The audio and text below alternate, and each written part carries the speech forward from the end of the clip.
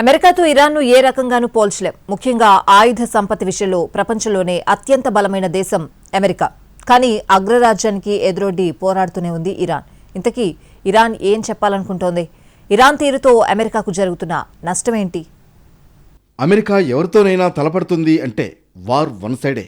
ఎందుకంటే అమెరికా దగ్గర ఆయుధాలకు కొరత లేదు. అటువంటి అమెరికాను తొడగొట్టి సవాల్ చేస్తోంది ఇరాన్. అమీతుమీ తేల్చుకుందాంరా అంటూ కాలు దువ్వుతోంది. తెలివిగా అమెరికాను ఆర్థిక యుద్ధంలోకి లాగింది ఇరాన్. ఇరాన్ రచించిన చక్రవ్యూహంలో అమెరికా, ఇజ్రాయెల్ ఇరుక్కున్నాయి. ట్రంప్ గొంతెమ్మ కోరికలు మేము తీర్చలేమంటూ అమెరికాను రెచ్చగొడుతోంది ఇరాన్. ఇప్పటికే అమెరికా, ఇరాన్ దాడుల వల్ల ఇరాన్ చాలా వరకు నాశనమైంది. దీంతో కొత్తగా పోయేది ఏముంటుంది అన్నట్లు మారిపోయింది ఇరాన్ వైఖరి. ఇది అమెరికాను ఇబ్బంది పెడుతోంది.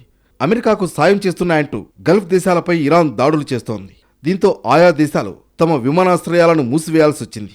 హర్ముజ్ జలసంధిని మూసేస్తున్నట్లు ఇరాన్ ప్రకటించగానే ప్రపంచ దేశాలు గజగజలాడాయి. ఎందుకంటే ప్రపంచ దేశాల మెజార్టీ చమురు అవసరాలను గల్ఫ్ దేశాలే తీరుస్తున్నాయి. ఆ చమురు హర్ముజ్ మీదుగానే రవాణా అవుతుంది. ఇప్పుడు అదంతా ఆగిపోయింది. ఫలితంగా చమురు ధరకు రెక్కలొస్తున్నాయి. అది ఆయా దేశాలకు భారంగా మారింది. దీంతో అవన్నీ అమెరికాను నిందించే పరిస్థితి నెలకొంది. యుద్ధం ఆరంభంలోనే ఇరాన్ సుప్రీం లీడర్ను హతమార్చాయి అమెరికా, ఇజ్రాయెల్. దీంతో ఇరాన్ భయపడిపోయి కాళ్లబేరానికి వస్తుందని భావించారు. మహా అయితే ఓ వారం రోజుల పాటు యుద్ధం కొనసాగుతుందని భావించారు. కానీ ఇప్పుడు పరిస్థితి మరోలా ఉంది. యుద్ధం ప్రారంభమై 10 రోజులైంది.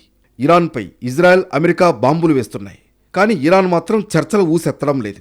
పైగా ఏమైనా చేసుకోండి, ఎంత విధ్వంసమైనా కానివ్వండి, కానీ మీతో చర్చలు జరిపేది లేదంటూ ఖరాఖండిగా చెప్పేశారు ఇరాన్ అధ్యక్షుడు. మొత్తానికి అమెరికాతో ఎలాగూ నెగ్గలేమని తెలిసి కూడా సంప్రదింపులు జరిపేది లేదంటూ అగ్రరాజ్యాన్ని ఇరుకును పెడుతోంది ఇరాన్. యుద్ధాన్ని సాధ్యమైనన్ని రోజులు కొనసాగేలా చూడడం ద్వారా ఆర్థిక యుద్ధాన్ని కొనసాగిస్తోంది ఇరాన్. తద్వారా ప్రపంచ దేశాలు అమెరికాను నిందించే పరిస్థితి తీసుకొస్తోంది.